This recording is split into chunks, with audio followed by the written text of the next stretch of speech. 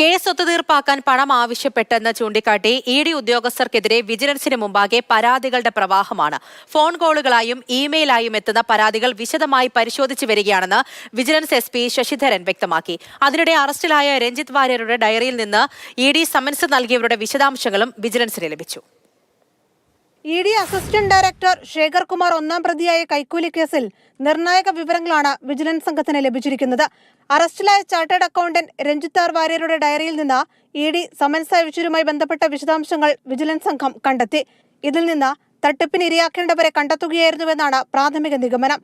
ഓഫീസിൽ നിന്നും പിടിച്ചെടുത്ത രഞ്ജിത്ത് വാര്യരുടെ ഫോൺ, ലാപ്ടോപ്പ് എന്നിവ വിശദമായ പരിശോധനയ്ക്ക് അയച്ചിട്ടുണ്ട്. അന്വേഷണം പുരോഗമിക്കുകയാണെന്നും ഫോൺ കോളിലൂടെ ലഭിക്കുന്ന പരാതികൾ ഉൾപ്പെടെ വിശദമായി പരിശോധിക്കുമെന്നും വിജിലൻസ് SP ശശിധരൻ വ്യക്തമാക്കി. ഔദ്യോഗികമായി ഇഡി വിശദാംശങ്ങൾ ആവശ്യപ്പെട്ടിട്ടില്ലെന്നും SP കൂട്ടിച്ചേർത്തു. വളരെ വിശദമായി അന്വേഷിക്കേണ്ട കുറേ കാര്യങ്ങളുണ്ട്. അപ്പോൾ അതെല്ലാം ഞങ്ങൾ അതിൻ്റെ പ്രോസസ്സിലാണ്. ഞങ്ങൾക്ക് പിന്നെ വേറെ കുറച്ച് സൈബർ റിലേറ്റഡ് കാര്യങ്ങൾ നോക്കണം. അങ്ങനെ ഇറ്റ് ടേക്സ് ടൈം. ഫോണിലൂടെ ചില പരാതികൾ വരുന്നുണ്ട്, അത് നമുക്കൊന്നത് പരിശോധിക്കണം.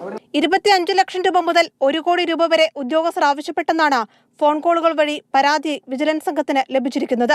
രേഖാമൂലം പരാതി ലഭിക്കാത്തതിനാൽ ഏത് രീതിയിൽ അന്വേഷണം മുന്നോട്ട് കൊണ്ടുപോകണമെന്നതാണ് വിജിലൻസ് പരിശോധിക്കുന്നത്. പരാതിക്കാരനായ അനീഷ് ബാബുവിന്റെ വിശദമായ മൊഴി വിജിലൻസ് വീണ്ടും രേഖപ്പെടുത്തും.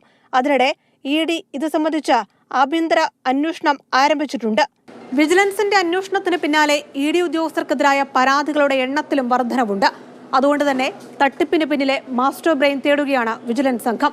ഡിജിറ്റൽ പരിശോധനാ ഫലമാകും ഈ കേസിൽ നിർണായകമാവുക. ക്യാമറമാൻ വേണുവിനൊപ്പം റിയ, മാതൃഭൂമി ന്യൂസ്, കൊച്ചി.